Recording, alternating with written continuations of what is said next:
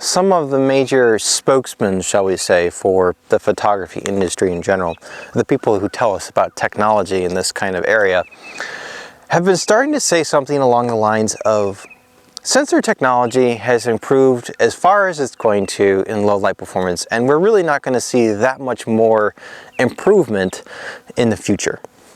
Well, as an astrophotographer who basically works in the dark, obviously that interests me, and I watch this very closely, like the new technology that's out there and it's being worked on.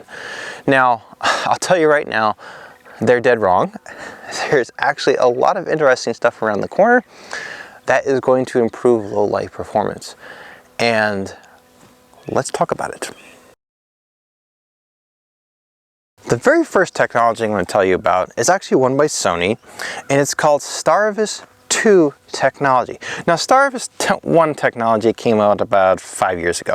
Maybe it was more like 7 actually. But anyways, that was just a quantum efficiency leap. Starvis 2 technology is very different. The dynamic range that your sensor could capture, and is very much tied to the well depth of your pixels. And well depth is basically a measurement of how many photons of light can accumulate on each pixel and be counted until that pixel is filled up. Once that pixel is filled up, well, what happens is we start to lose the ability to capture any new details or information. And this of course means that stars get bigger in our images and they just start to bloat and look ugly. Okay, and in daytime photography, of course, that means more noise. Now, in the past, the reading zone, where basically photons could accumulate, has only been at the bottom of the well, and that is where they're basically turned into a signal and read out through the silica. What Starvis 2 technology does is it actually takes the walls of the well along the sides and it turns those areas also into basically accumulation zones where these photons can build up and then of course be read off and turned into a signal. And what that means is that we're no longer tied to the size of the pixel when it comes to dynamic range. Now it's basically a question of, well, how much dynamic range are you willing to buy? You know, how big a price tag are you willing to spend money on? And this of course means that dynamic range is, it's no longer tied to the size of the pixel. Instead, we can just basically make the wells deeper and deeper and deeper. In the past, when we made the wells deeper, eventually there was a drop off in return. You could make the wells deeper, but you wouldn't really get much off of that. Now, as we make the well deeper and deeper and deeper, basically you get more and more and more dynamic range, and that's because we're now able to use the sides of the pixel walls to actually read off the data that's been collected. Pretty cool, right? So the STUX technology that I'm going to talk to you about is also from Sony, and I don't actually have a ton of information about it yet. And that's because there aren't any actual real sensors out there that incorporate this tech. Now, Starvis 2 technology, it's actually already out there in the wild on a couple of security cameras. But this one, okay, it's basically what Sony is claiming is that they've split their transistors onto 2 layers of the sensor. And they give us a little bit of gobbledygook about it and some information, and they also show a few diagrams and so forth. But basically what they're claiming is that this will basically double the saturation level of a sensor, giving us a lot less noise and allowing smaller pixels to actually read out the same amount of information as larger ones could in the past. Now, how this is actually measured out, we haven't really seen it yet, but it's interesting technology. It's one to definitely watch. And now that we have more stacked sensors on the market, I can definitely see that this will start making its way into some of our new imaging sensors. But yeah, essentially the saturation level will be doubled by this technology. That obviously has implications, which will be very directly correlated to low light performance. Now, the next one that I'm going to talk to you about, I'm actually going to spend a lot of time on this one, and it's because it's a really big one, right? Now, in the past, well, actually in the present still, there's this thing called the Bayer pattern. It's on every single color sensor, and you should both love and you should hate the Bayer pattern, and I'll tell you why. And that's because the Bayer pattern essentially gobbles up 2/3 of your image. Yes, 66% of your image is absorbed and basically thrown out by the Bayer pattern. Now, why is the Bayer pattern even necessary? Well, it's because silica in a sensor is colorblind. It just detects signal. That's all it does. It can't tell the difference between a blue ray of light or a green ray of light or an infrared ray of light that's outside of our visible spectrum as human beings. So what the Bayer pattern does is it basically, it splits up your pixels into these different zones, and it blocks certain types of light and only lets certain types of light through, so that we can say that, oh yeah, that light must be green light, or this light must be blue light. And yeah, it's blocking a certain portion of your light. And if we were to take the whole aspect of your quantum efficiency of your sensor, really almost 75% of light is thrown out. Now, in the old days, there have actually been other ways of doing this that were actually way more efficient. Think about the old TV cameras. The 3-chip TV cameras is what they were called. These cameras were kind of cool. Basically, light would go through the lens, and then it would go through a prism. I think it was a 7-sided prism. And that prism would actually split the light off into 3 different groups, red, green, and blue, in 3 different directions.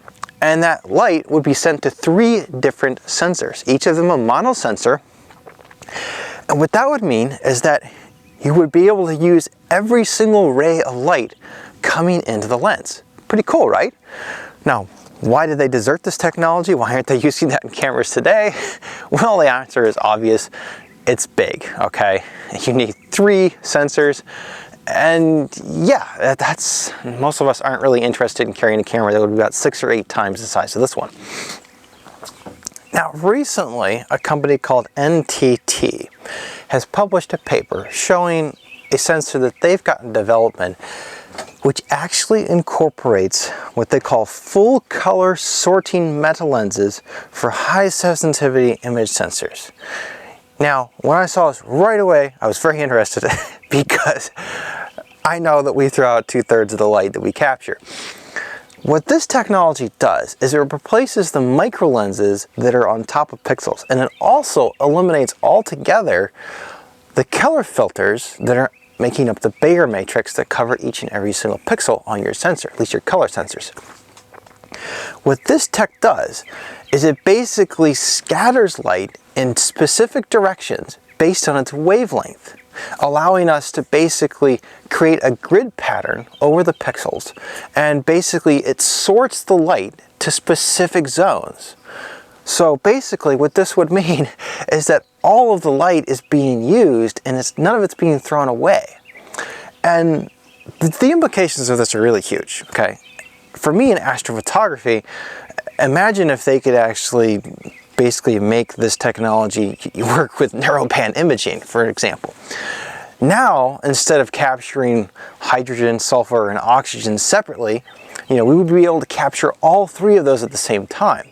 And if you could even bring this technology even further, well, we could even potentially start capturing some of the other bands that are a lot fainter, like H-beta, for example. Potentially you could basically split up into more different sections the different components of light. Now take for example Fuji Velvia back in the old days, the ISO 100 film that Fuji came out with, which was one of the greatest films ever made, I think. It had 7 different layers in it that captured 7 different types of light, which is kind of one of the reasons why film can capture subtle gradations and certain types of colors that digital cameras just cannot. And that's because these guys are limited to just 3 different colors. That's all they can pick up. Whereas film was able to capture 7. With this color routing technique, we could essentially see almost an infinite number of ways eventually, this might be 20 years down the line, but an infinite number of different ways that the colors could be sorted into specific zones and then read out, which is incredible if you think about it, and very exciting. It's probably the most exciting piece of technology that I've come across so far. Now, I'm sure a lot of you in the background are screaming, well, what about Foveon's 3X technology?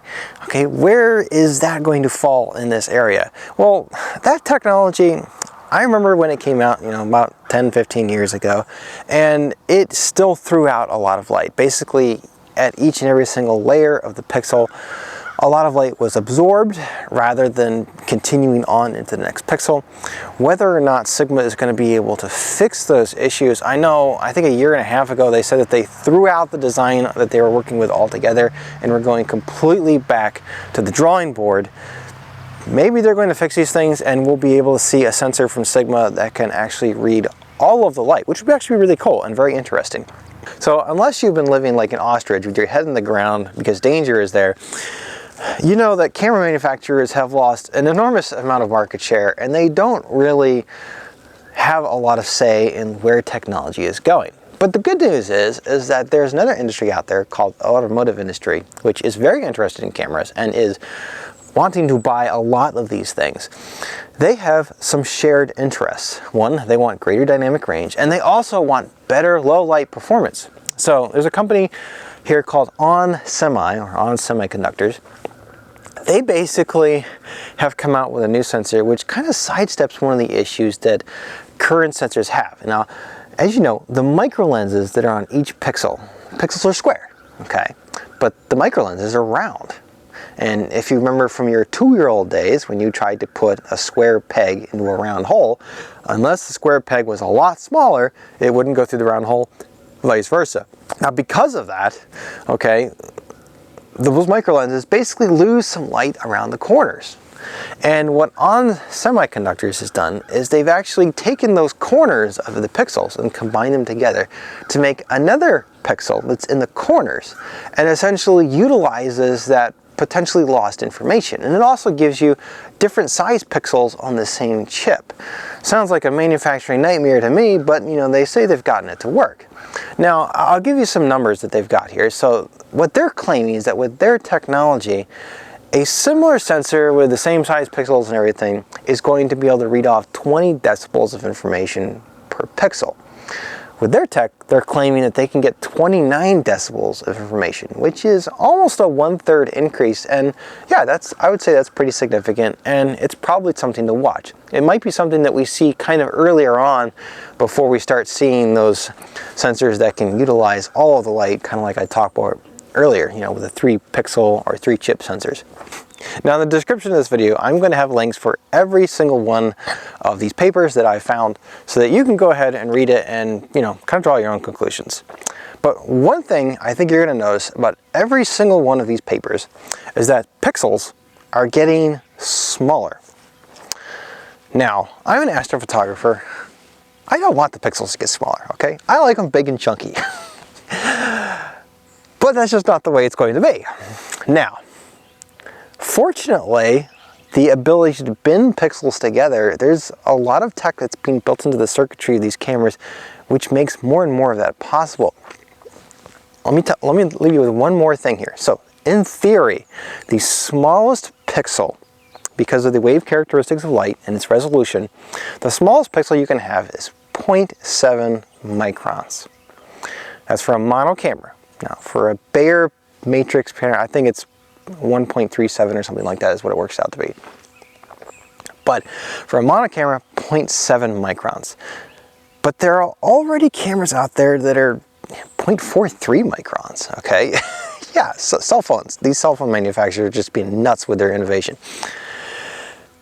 Yeah, why on earth would we go smaller than the actual resolution of light? Well, the fact of the matter is that it is in fact possible. As a matter of fact, NASA's own development teams, they've already developed the math and the statistical knowledge necessary to actually create images that are sharper than light is itself.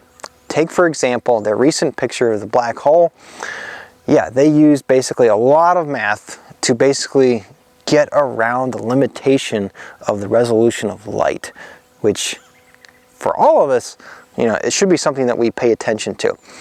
So yeah, the limit is not 0.7 microns, it's going to get smaller. Technology is pretty incredible. So stay encouraged. Cameras have a long ways to go, sensors have a long ways to go. Now, in the last year though, I really haven't seen a lot of interesting things show up. Almost everything that I've talked about here came out 2 years ago, but ever since COVID and, you know, the global, you know what, unfortunately, it seems that a lot of innovation has kind of died. We'll see if it picks back up again. I certainly hope it does, because there's a lot that needs to be done yet.